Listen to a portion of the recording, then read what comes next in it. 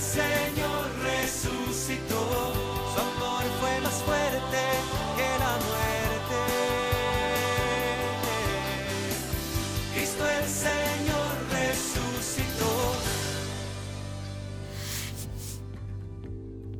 En nombre del Padre, del Hijo y del Espíritu Santo. Amén. ¿Cómo están? Esperemos que hayamos avanzado en este proceso. Ya vamos en el Salmo 77 que vamos a estudiar hoy. Espero que esta mecánica, que eso es una mecánica, es una propuesta de poder leer, contemplar el texto tal cual como está, pueda estar planificada y puede ser entendida con lo que va haciendo el profesor Camel. Yo espero realmente, sinceramente, que esto pueda servirle para que ustedes se den cuenta que hay mucha información en el texto. Mirándolo con detención, leyéndolo con amor, en realidad hay mucha fuerza de Dios que emana de estas palabras milenarias que llegan hasta hoy en nuestras Biblias. Seguimos entonces ahora con el Salmo 77. Aquí tenemos nuestro Salmo 77, seguimos yendo a esta versión de la Biblia del Peregrino. Como dice acá, esta Biblia es una Biblia en traducción, especialmente textos literarios. Y lo más importante que, sabemos que es de Alonso Chequel, copiamos tal cual del BibleWorks, lo hacemos en el Word y llegamos a esta versión que vamos a diseccionar. Siempre el ánimo nuestro es que nos percibamos de, esto está en nuestra Biblia, está en diurnal, está en la liturgia de las horas, está en lo más cotidiano que hacemos. Por lo tanto, quizás detenerse un poco más y nos va a servir para poder contemplar esta maravillosa acción de Dios que está en forma humana, pero para vinculación divina. Este salmo es un salmo que tiene muchas particularidades. La primera es, la vamos a ir viendo enseguida, es esta presencia importante del Dios mío, dueño mío, altísimo, Señor, que tiene una dimensión súper linda, súper de apropiación del salmista. No se trata de una vinculación etérea, yo diría cognitiva, de este Dios, sino de una experiencia lacerante de un Dios que está vinculado y quiere ser vinculante en nuestra vida. No quiero agregar nada a lo que no es nuestra tarea. Entonces comenzamos. Mi voz hacia Dios, gritando, y vuelve a la carga mi voz hacia Dios que me escucha. Quiero destacar esto, que me escucha, quiero decir esto. Mi voz hacia Dios gritando, mi voz hacia Dios que me escucha. Mi voz se dirige a Dios y lo hace gritando, pidiendo esto, que me escuche. No es un grito solo desgarrador desde el punto de vista de la ineficacia, no es solamente, diríamos, una extrapolación de un sentido negativo, sino que tiene un destino, que me escuche. Mi grito no es un grito al vacío, es un grito al que llena todo el vacío, el todo de este Dios que es hacia Él, con esta dimensión de hacia. Permítanme mostrarle algo en nuestro BibleWorks, en esta dimensión. Aquí dice Colí, el Elohim.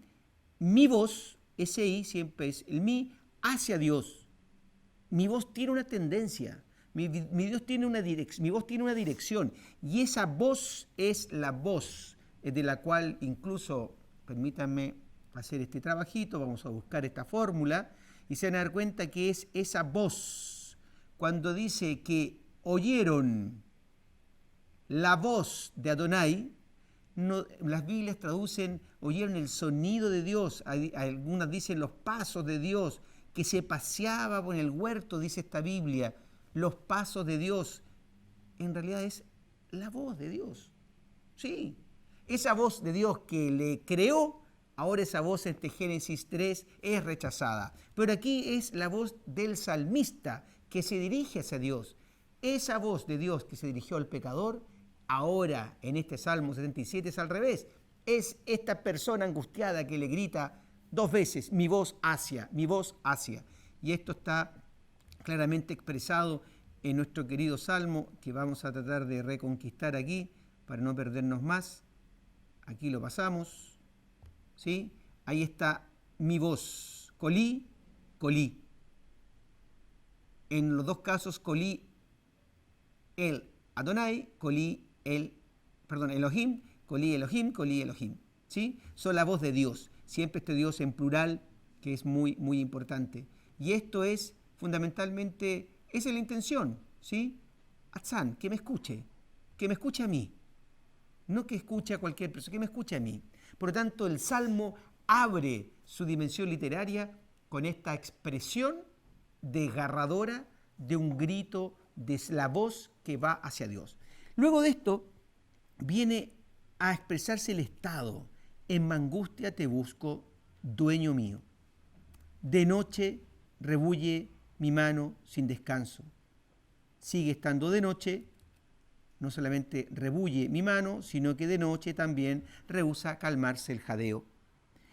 Esta dimensión que es realmente angustiante, fíjense la dimensión de la angustia, la dimensión del sin descanso, la dimensión del jadeo. Tiene que ver estas mismas cosas, vamos a poner con este color para destacarlo un poco más, sin descanso, tiene que ver con esta angustia que está fundamentalmente anclada en el salmista, que obviamente ustedes comprenderán que puede ser la de cualquier lector, la de cualquier lectora. Y aquí viene un salto extraordinario. Se salta de esta angustia sin descanso, jadeo, se salta de esta dimensión a un recuerdo de Dios. Sí, hay un acordándome. Este acuerdo, solamente el acordarme vendría a ser casi como un poquitito de agua fresca en medio de esta sequedad. Y acordándome, no dejo de sufrir, pero gimo, meditando me siento desfallecer. Uno pensaría que acordándome de Dios esto se pasa. No, la angustia es más radical todavía, es más existencial. Mantienes desvelados mis ojos, la agitación no me deja hablar. Sigue estando este lenguaje, lo ponemos en color morado, lo hemos dicho al principio, lo seguimos manteniendo ahora, desvelado mis ojos, agitado, pero ojo, ya no está esta soledad radical, sino que hay un recuerdo, hay, diríamos, algo que se comienza a nacer, comienza a despuntar una aurora de esperanza. Y calculo los días de antaño, los años remotos, recuerdo. Y lo vamos a notar con este mismo color verde que estábamos aquí, recuerdo. ¿Sí?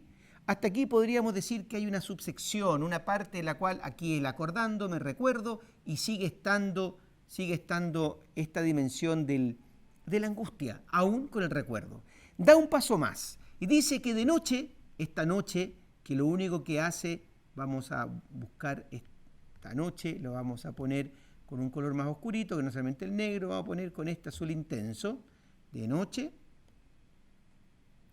Esta noche, que es el testigo de una dimensión sin descanso, el testigo de un jadeo, ahora esta noche comienza a hacer algo de la esperanza. En la línea del acordándome de Dios, algo de esperanza. Repito mi canción, la medito por dentro, mi espíritu indaga. Y ya no es solo el grito desgarrador hacia Dios, hacia afuera, sino que viene la pregunta interior hacia adentro, hacia lo más profundo del lector, de la lectora.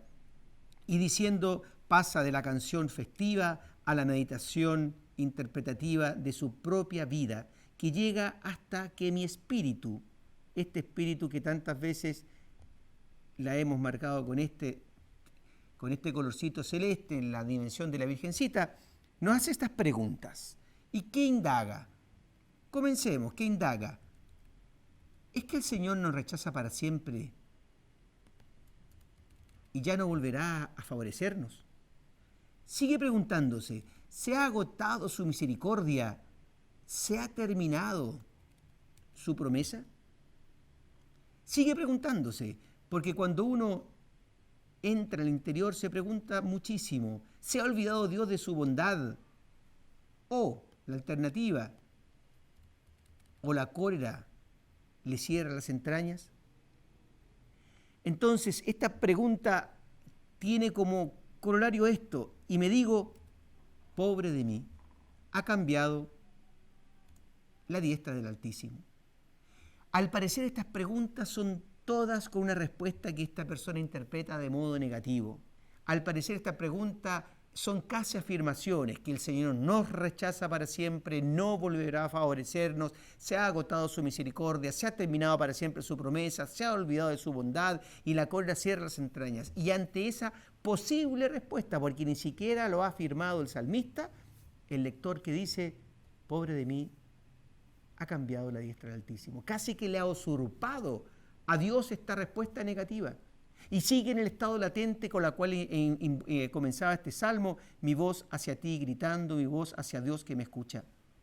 Entonces, este cambio radical hace que la diestra del Altísimo, de un modo nuevo, a la cual se refiere a Dios, que quiero destacar algo, si acaso lo pueden ver, fíjense, en todos los versículos aparece Dios, Dios, Dios, dueño mío, Dios, Señor que me rechazas, Dios de la bondad. Es la única parte en donde menos aparece Dios, es en los versículos 4b al 7. Y el resto sigue como Señor. Es decir, hay una presencia, aún en la ausencia de este Dios, aún en el clamor radical de este grito que llega hacia Dios, que va hacia Dios de la voz, aún allí hay presencia de Dios. Y uno se pregunta, ¿es que yo puedo gritar hacia Dios sin saber que Dios está? Por eso es que sorprende que estas preguntas, de algún modo, que son tan propias, tan naturales, ¿es que el Señor nos rechaza? ¿No volverá a favorecernos? ¿Se ha agotado su misericordia? ¿Se ha terminado para siempre su promesa? Fíjense que descansa en esto, en el favor de Dios. Vamos a marcarlo con un color verde. Favor, misericordia, son solamente palabras de ternura, de bondad, de promesa, su promesa, la promesa de estar con nosotros, la promesa de haber escuchado la voz de su pueblo que estaba sufriendo en Egipto, la bondad, cerrar las entrañas. Nosotros sabemos que la misma palabra entraña tiene que ver con misericordia. Todas estas dimensiones se responden, pobre de mí, ha cambiado la diestra del Altísimo. Esta dimensión del pobre de mí la podemos ver acá con una expresión extraña, ¿sí? Y yo digo, mi tristeza es que ha cambiado el Altísimo. Esta es la dimensión. O sea, como en el fondo la palabra de él, el Yón, este Altísimo, este Dios, se ha mudado, se cambió. Él cambió de opinión, ya no estará dispuesto a escuchar a esta voz que se dirige hacia él. Este es el drama instalado en este salmo a esta altura del partido. Y vuelve a la carga, vuelve a recordar, recuerdo a las promesas. Este recuerdo tiene que ver con esta dimensión positiva que ha ido, ¿se acuerdan? Se los veía recién, acordándome, sigue acordándose, calculo los años del antaño, recordándome, sigue estando en esta dimensión de recordar y las proezas del Señor. Vuelve a la carga, recuerda las proezas del Señor, sigue recordando los antiguos portentos. No puede dejar de pensar que en su grito angustiante la acción de Dios sigue estando. Medito sus obras. Esto lo vamos a colocar acá. Medito sus obras. Considero sus hazañas.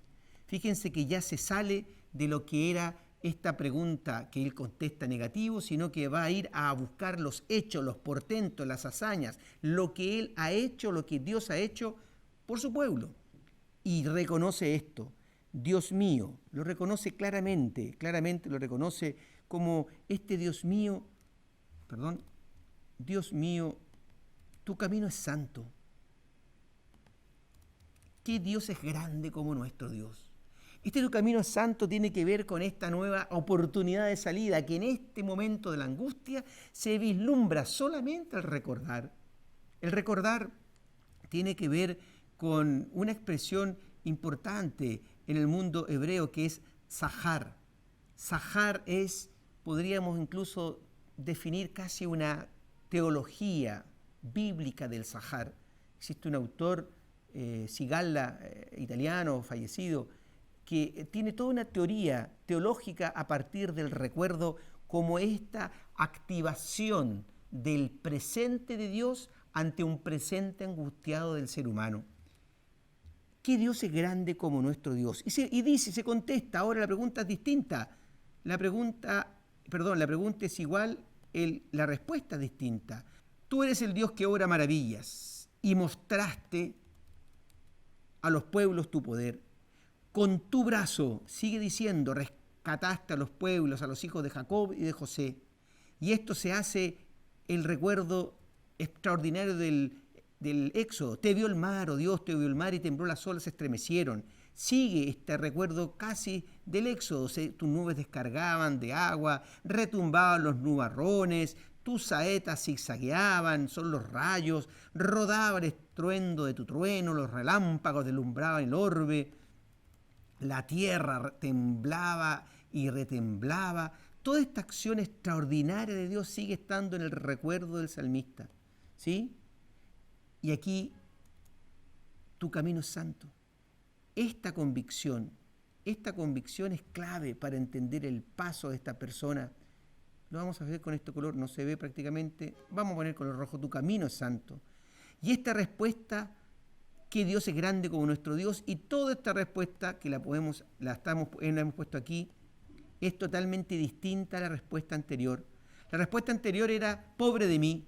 Y ahora, al decir lo que es Dios, vuelve a la carga con el tú eres, lo que Él hizo por su pueblo, y el salmista espera que haga por Él mismo. Este salmista puede ser perfectamente una persona, pero puede ser un pueblo, puede ser una personalidad corporativa que se llama la tierra temblaba y retemblaba, haciendo el recuerdo a este Dios maravilloso del Éxodo. ¿Qué pasa aquí? Fíjense que este Dios grande, como nuestro Dios, la pregunta es prácticamente una jaculatoria. ¿Qué Dios es grande como nuestro Dios? Esta pregunta que está plasmada acá en este capítulo 14, tiene que ver esto, con esta dimensión grande de Dios. Dios es sagrado, es santo, ¿sí? En este santo, y aquí aparece el famoso Derek, el camino de Dios, ¿sí? Ahora, la grandeza aparece aquí con el Gadol, tan asociado a la grandeza de Dios, ¿sí? Y Elohim vuelve es decir, esta grandeza es esa grandeza que se le asocia a este Dios. Los caminos, nosotros vimos, ¿se acuerdan? Un Salmo 1, vimos los caminos.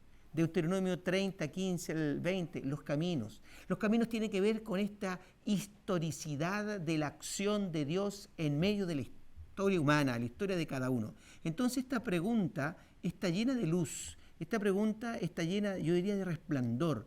¿Y por qué se responde así? Porque tú eres el Dios que obra maravillas. Aún en medio de este dolor que no podemos negarlo, lo podemos decir, sigue estando la noche repitiendo, sigue meditando el Espíritu para indagar, sigue estando latente, ha cambiado la diestra del Altísimo, pobre de mí. Y ahora, con esta grandeza de Dios que actúa en el camino, se abre una nueva esperanza. Y esto termina nuevamente con el mismo relato del Éxodo, que vuelve a plasmar y seguir sonando en esta letanía del Éxodo, que va a responder a la grandeza del Dios como nuestro Dios. Tu camino por el mar, un vado por las aguas caudalosas, y no quedaba rastro de sus huellas. Este es el caminar casi liviano, milagroso de este pueblo. ¿Y qué hacías tú?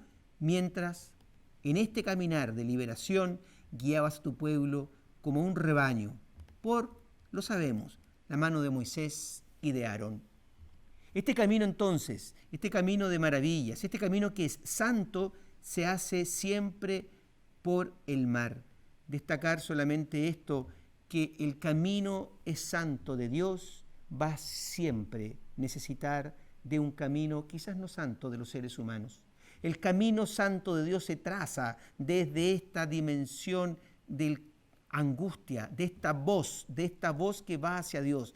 Y esta voz hacia Dios, y lo vamos a colocar en esta dimensión amarilla, me equivoqué, en esta dimensión amarilla de acá, mi voz hacia Dios en la angustia, en el fondo se transforma en el recuerdo de la proeza protagónica del pueblo de Israel, cuál es la liberación de Egipto. No hay canto más hermoso y glorioso que el que se hace a partir de la liberación de una situación estruendosa y de esclavitud radical como de Egipto. Y aquí vuelve a establecerse la misma dimensión. Queda entonces esta tarea hermosa de poder adentrarnos en en los momentos de angustia, de recordar las proezas del Señor, recordar sus antiguos portentos, meditar sus obras, considerar las hazañas, fíjense, todas estas palabras que están aquí con verde son entonces yo diría, la adecuación sin más de una acción que es en principio, y puede ser en este momento dolorosa y angustiante, pero esta misma se transforma en una promesa de poder adentrarse en cómo es el camino de Dios. Recordar las proezas del Señor, recordar los antiguos portentos, meditar las obras, considerar tus hazañas, eso es comenzar a trazar caminos de santidad, en la cual por el mar de la adversidad podemos realmente ser conducidos y guiados como un pueblo, que es tu pueblo, el pueblo de Dios, guiados por la mano de Moisés y de Aarón. Nunca en este salmo el grito no queda escuchado. La voz angustiante va siempre hacia Dios. Que Él los bendiga. ¿Qué tal? Buenas tardes. Vamos a abocarnos ahora al Salmo 77. Lo primero que vamos a hacer es una propuesta de estructura. Sostenemos que este salmo consta de dos partes. Una primera parte que hemos denominado súplica angustiosa, se trata de una lamentación sobre el presente y sobre el silencio de Dios. Y la segunda parte, referida a las maravillas de Dios, de los versos 12 al 21, es un himno sobre el pasado salvífico y sobre la teofanía del éxodo y cósmica de Dios. Al interior de la primera parte vamos a distinguir dos momentos. Uno de súplica más personal, los versos 2 al 7, y otro de carácter más nacional, los versos 8 al 11. Postulamos que entre la primera parte, esta súplica angustiosa, y la segunda, las maravillas de Dios, existe una transición fluida debido a la presencia que ejerce el concepto recuerdo, presente tanto en la primera parte, versos 4 y 6, como en la segunda, los versos 12 y 13, lo que le otorga al Salmo una unidad estructural y valor pragmático. Por ello que hemos considerado importante destacar esa articulación que ya la subrayó detenidamente el padre Gonzalo en su presentación. Vamos al desarrollo de la primera parte, la súplica angustiosa. Alzo mi voz gritando, alzo mi voz a Dios para que me oiga. El salmista inicia su composición empleando la primera persona del presente indicativo, lo que personaliza y actualiza su súplica. Reiteración de su comportamiento, alzo mi voz. En la primera, el gerundio califica su voz. El verbo alzar indica que no se trata de una simple voz, sino que de una que, por su altura, impone ser entendida, respetada. Y ahora sabemos que más que voz, es un grito. Puede afirmarse que hay un crescendo en la oración de este primer verso que comienza desde un punto alto, alzo. La segunda reiteración nos da a conocer a quién se dirige esa voz y con qué fin. A Dios, para ser oída. El verso de entrada está elaborado con un especial cuidado. Mi voz, en posición enfática, y la tercera palabra especifica que es un grito en la noche, un grito desgarrado. La segunda parte de la oración repite el primer sintagma y cambia el verbo, de modo que suene la correlación yo me quejo, que él escuche. 6 palabras, incluidas 2 proposiciones, establecen la tonalidad insistente del clamor dirigido a Dios. En mi angustia te busco, Señor Dios mío, de noche rebulla en mis manos sin descanso, no se me calma el jadeo. Aquí se precisa la actitud del implorante. En su angustia, lo que lo impulsa a gritar. Angustia provocada por una ansiosa búsqueda. ¿De qué? ¿De quién? Del Dios al cual él se dirige, su Dios, identificado, como lo subrayó el padre Gonzalo, mediante los vocativos, Señor, Dios mío. La continuación de este verso, y hasta el final del 5º verso, el yo lírico nos va a hacer saber cuáles son las manifestaciones físicas de su angustia. Ya sabíamos que ella lo llevaba a alzar y a gritar.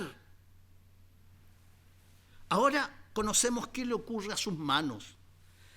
que siguen la serie comenzada con la voz.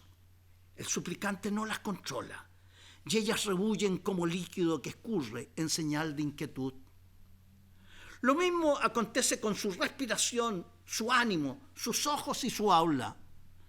Sus manos se agitan sin cesar y su respiración alterada, jadeante, no se apacigua. Insiste el salmista en la continuidad de tan dolorosa situación al decir, sin descanso, no se me calma el jadeo.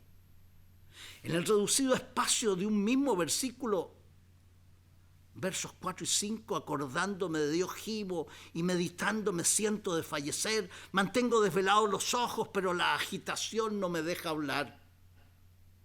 Prosigue la descripción de este estado anímico y físico del salmista.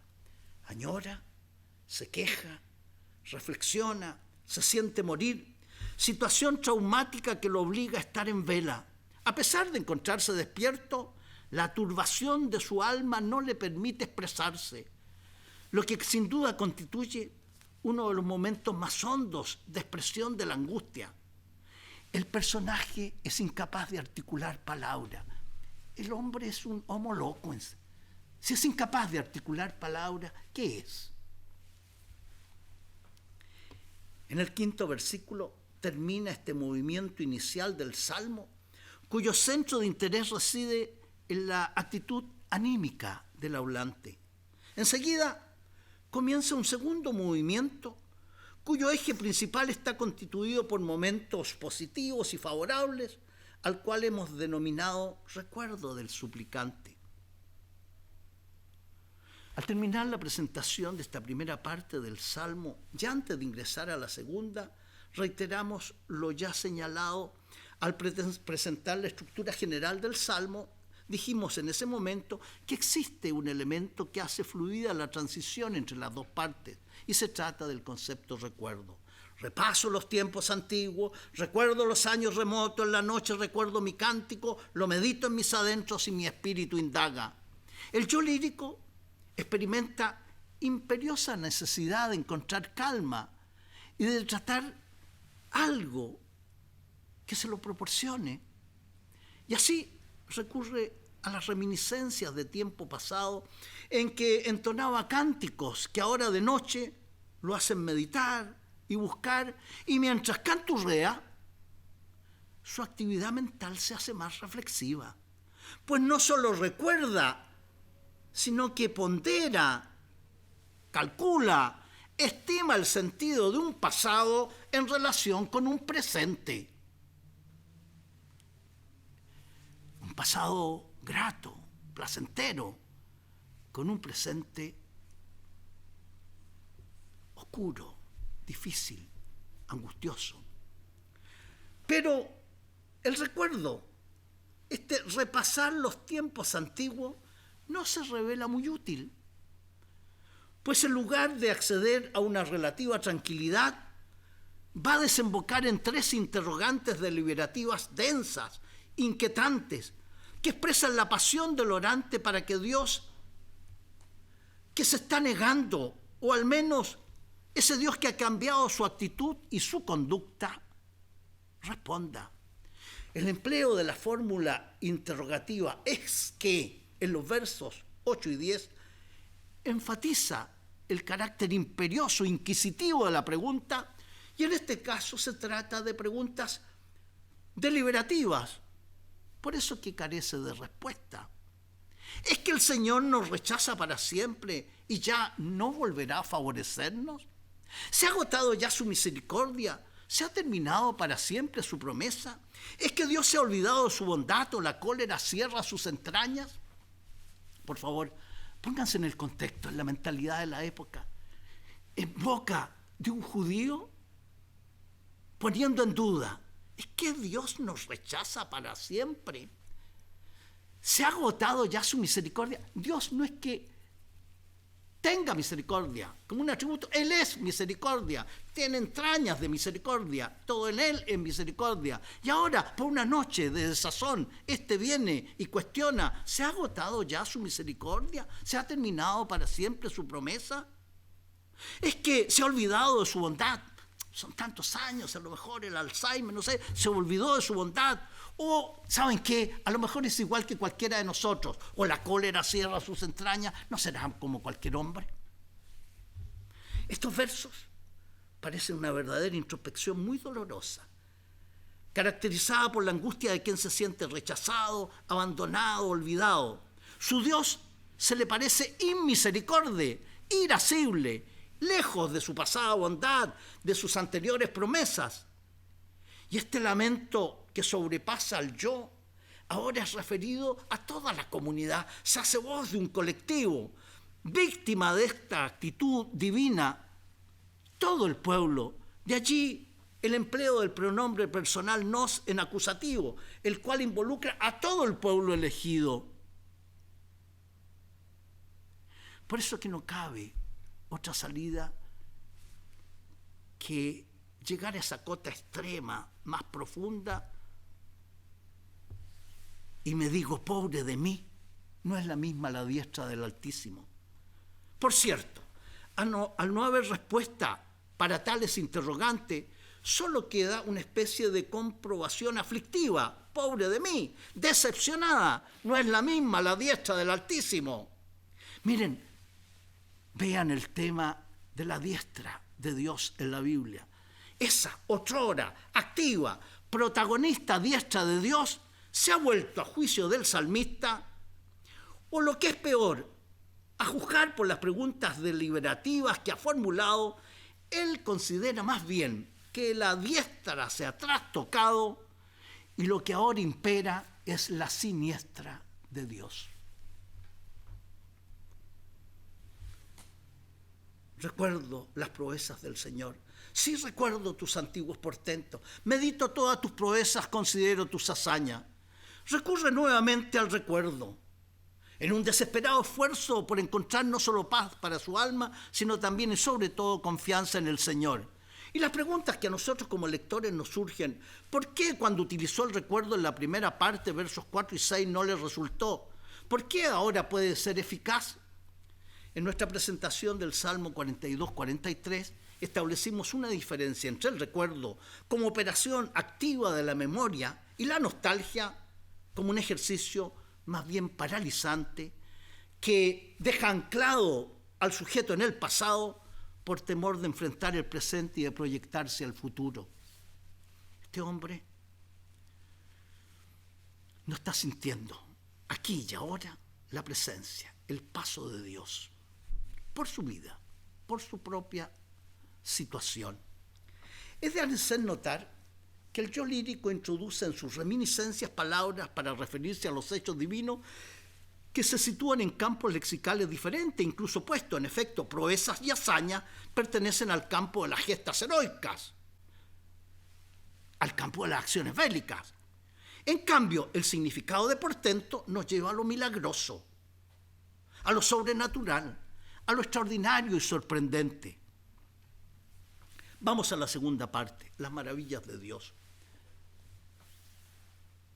Iniciamos esta parte destacando que también se abre con un vocativo. Dios mío, tus caminos son santos. ¿Qué Dios es grande como nuestro Dios? Ya subrayó el padre Gonzalo los caminos y subrayó este verso en particular. En este verso, tras la aseveración de que también los caminos de Dios están santificados, el salmista formula una pregunta, oratoria esta vez, ya que la respuesta se halla implícita en la interrogante, pregunta que parece más que nada un intento por alcanzar de nuevo la confianza que él siempre ha tenido en su Dios. Ello refleja indirectamente que en el desarrollo de este salmo, el suplicante se encuentra en el paroxismo de su zozobra. Y para darse más fe, sus reminiscencias del pasado no le bastan. Necesita recurrir subjetivamente a una interrogante que, repitámoslo, por ser oratoria, tiene respuesta en sí misma, positiva esta vez. Y esto es lo que lo va a hacer recuperar confianza, la cual va a ser explicitada en 5 versos siguientes que los leo rápidamente porque hay que escucharlo. Tú, oh Dios, haciendo maravilla, mostraste tu poder a los pueblos. Con tu brazo rescataste a tu pueblo, a los hijos de Jacob y de José. Te vio el mar, oh Dios, te vio el mar y tembló. Las olas se estremecieron, las nubes descargaban sus aguas, retumbaban los nubarrones. Tus saetas zigzagueaban, rodaba el estruendo de tu trueno. Los relámpagos deslumbraban el orbe, la tierra retembló estremecida, y tú te abriste camino por las aguas, un vado por las aguas caudalosas, y no quedó rastro de tus huellas. El comportamiento del mar, que ve primero a Dios, visión que el salmista destaca mediante una interjección que refleja admiración y alegría. ¡Oh! Y mediante la repetición de la fórmula verbal, te vio el mar, oh Dios, con el objetivo de enfatizar sus consecuencias. Temblor del mar, estremecimiento de las olas, perdón. Luego, las nubes y los nubarrones que derraman torrentes de agua en medio de estruendosos ruidos de truenos y el resplandor de relámpagos. Preciso es destacar el acertado empleo del procedimiento retórico de la literación, la abundante repetición de sílabas y consonantes fuertes, R, T, R, E, O, E, ba, be. Y la armonía imitativa, cuando dice, tus saetas zigzagueaban. Miren qué hermosamente descrito. Tus saetas son los rayos. Yo le digo a alguien, ¿cómo es un rayo? Me va a hacer así. Aquí, tus saetas, tus flechas zigzagueaban. Es lo que hace el rayo. Contribuyen a que el lector sienta el poder de Dios. Gracias a este estruendoso ruido ensordecedor provocado por el mar, las olas, los truenos, los temblores, las aguas, e igualmente los resplandores resplandecientes y el zumbido de tus saetas. Dios realizó todos esos portentos para rescatar a su pueblo, que el salmista compara como un rebaño. Pero Dios, para materializar esta obra, no prescindió del hombre. Así se sirvió de las manos de Moisés y de Aarón. Entonces estos versos muestran la forma como Dios cumplió su propósito, rescatar a su pueblo elegido haciendo uso de un enorme poder. Sin embargo, voy concluyendo, el lector estaría en su legítimo derecho si se preguntara por el estado anímico del salmista, porque bruscamente saltamos de esas noches de depresión, de angustia, allí metido en la noche, en su pieza, en su cama. Ese es el ámbito donde estaba metido, eso tan personal, tan íntimo. Y cómo saltó a esta segunda parte del Salmo, y no se nos dice nada. Sin embargo, les digo, nosotros estamos en nuestro legítimo derecho de preguntarnos si recuerdos y relatos de las maravillas lograron calmarlo, si le devolvieron su fe y confianza en su Dios, si dieron finalmente respuesta a sus angustiosas interrogantes deliberativas, o basta con que Dios haya alcanzado su objetivo para que el salmista recupere su confianza en Dios y le dé paz a su alma. Ello, desgraciadamente, el texto no lo dice ni lo insinúa. Sin embargo, yo me atrevo a sugerir una interpretación basado especialmente en dos razones. La primera la encuentro en el segundo Isaías. Segundo Isaías a su pueblo, que estaba abatido, pensando siempre en el éxodo como un acontecimiento del pasado con nostalgia, viene y los para y les dice, no recuerden más lo de antaño, no piensen en lo antiguo, miren que realizo algo nuevo, ya está brotando, ¿no lo notan? Abriré un camino por el desierto, ríos en el yermo. El que está vuelto hacia atrás, no percibe el paso de Dios. El paso de Dios siempre es por delante.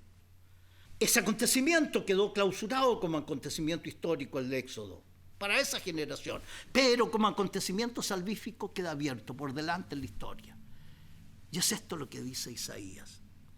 Y yo lo traspaso a la segunda razón. La descripción intensa y fantástica de la tormenta, en la que combinando sensaciones visuales, sonoras y kinésicas, terminan envolviendo y experimentando el paso de Dios por su vida. Eso es lo que experimenta esa noche con esa tormenta recreada en su espacio vital, en su habitación, en su pieza. Por todo ello aventuramos que el protagonista dolido de la primera parte del Salmo ha experimentado ahora una evolución y sin cambiar de escenario. Tan solo con abrirse a la contemplación del misterio de Dios, siempre presente y actual, experimenta en ese instante el paso de Dios haciendo maravillas en su historia personal y la de su pueblo, tal como lo fue en el pasado. Dios nuevamente continúa abriéndose en camino, sin dejar rastro de sus huellas. Y semejante consideración bastaría para pensar igualmente que el salmista puede haber reencontrado consuelo, fortaleza y fe. Permítanme terminar citando del Evangelio según San Marcos. Maestro, ¿no te importa que perezcamos? Se despertó, increpó al viento y dijo al mar: silencio, estate callado. El viento amainó y sobrevino una gran calma y él les dijo: ¿por qué sois tan cobardes? ¿Aún no tenéis fe? Les entró un miedo atroz y se decían unos a otros: pero entonces, ¿quién será este que hasta el viento y el agua le obedecen? Quiero dejarles para el trabajo y reflexión de ustedes algunas preguntas. ¿Dónde diriges tu voz cuando estás angustiado? ¿Has tenido momentos de angustia en la cual hayas sentido de fallecer? ¿Cómo has reaccionado? ¿Qué cosas guardas de tu historia y de amor con Dios? Alegrías, penas, esperanzas, proyectos. ¿Qué cosas recuerdas de esa historia? ¿Cómo has experimentado la misericordia y la bondad de Dios cuando has estado solo, acongojado, aproblemado? Aún en medio de la liberación que nos conduce a la santidad, ¿cómo percibes la guía de Dios en medio de ese proceso? ¿Dispones tu vida entera como parte del rebaño que Dios guía? Les agradezco una vez más y nos vemos, si Dios quiere, la próxima sesión. Gracias, buenas tardes. Cristo el Señor resucitó.